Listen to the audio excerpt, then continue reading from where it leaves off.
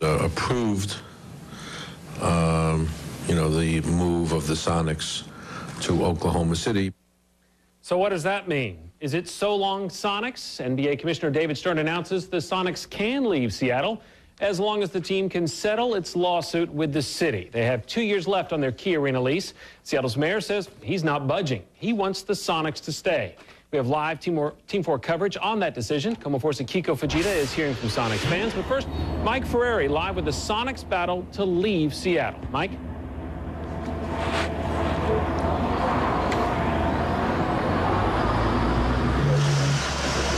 Since that July afternoon in 2006 when Howard Schultz sold the Sonics to Clay Bennett, we knew this day was coming. The NBA Board of Governors approved, the move of the Sonics to Oklahoma City.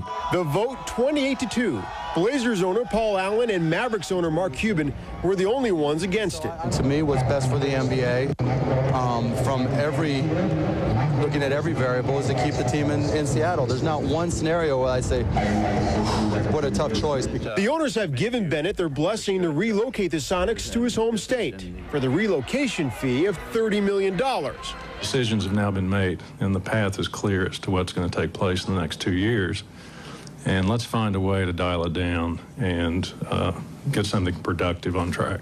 Bennett wants to strike a deal with Seattle that will let him pay off his Key Arena lease and get out of town ASAP. The implication?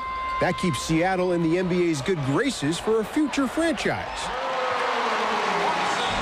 So right now it becomes the matter of if they get out of the lease, then maybe the Sonics and the NBA will look at Seattle, they won't really care about what the Sonics think, but the NBA will look upon Seattle a little more favorably for the future. Maybe the name will stay, the colors will stay, the history of the Sonics will stay here in Seattle, and then they have a possibility of having an NBA team in the future. But if Mayor Greg Nichols stays with his position, keeps fighting the NBA and the Sonics, holds them to a lease of 2 years, at which they will lose $30 million per year if they have to stay, then the NBA's they have a really bad taste in their mouth, and they won't look upon the city very favorably. So right now, we'll see what the city does. Clay Bennett says he wants to open up some discussion in regards to getting out of the lease, but once again, Greg Nichols saying he's going to stand pat. Back to you, Casey.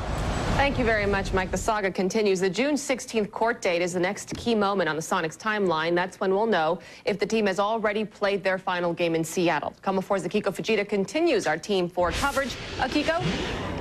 Well, Mary, there's no question the news today was disappointing for fans who have come out here year after year to support the Sonics. But those same fans told me the vote doesn't really change anything because they know the real fight will be in court. I think it's maybe time to say that he just didn't care. Fans dialed in their outrage at former Sonics owner Howard Schultz. He should have known, He should have known when he sold to the Oklahoma boys that it was going to Oklahoma.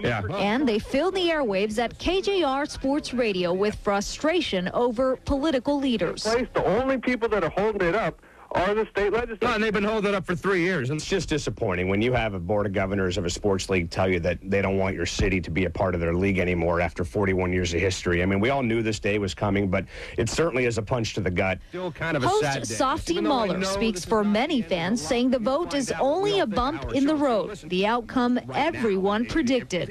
This is conditional approval, which basically means nothing. It's all based on the resolution of the court case. Well, good afternoon and welcome. So the focus now shifts to June, when the city takes team owner Clay Bennett to federal court to try to hold him to the remaining 2 years of the team's Key Arena lease. By keeping the team here for the next 2 years, it opens doors.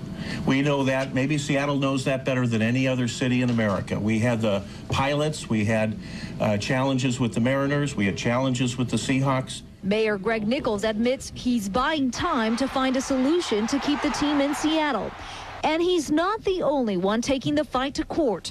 Schultz is suing Bennett, arguing the current owner didn't make a good faith effort to keep the team here. Bennett's fired back with his own suit to get the team out of its lease early.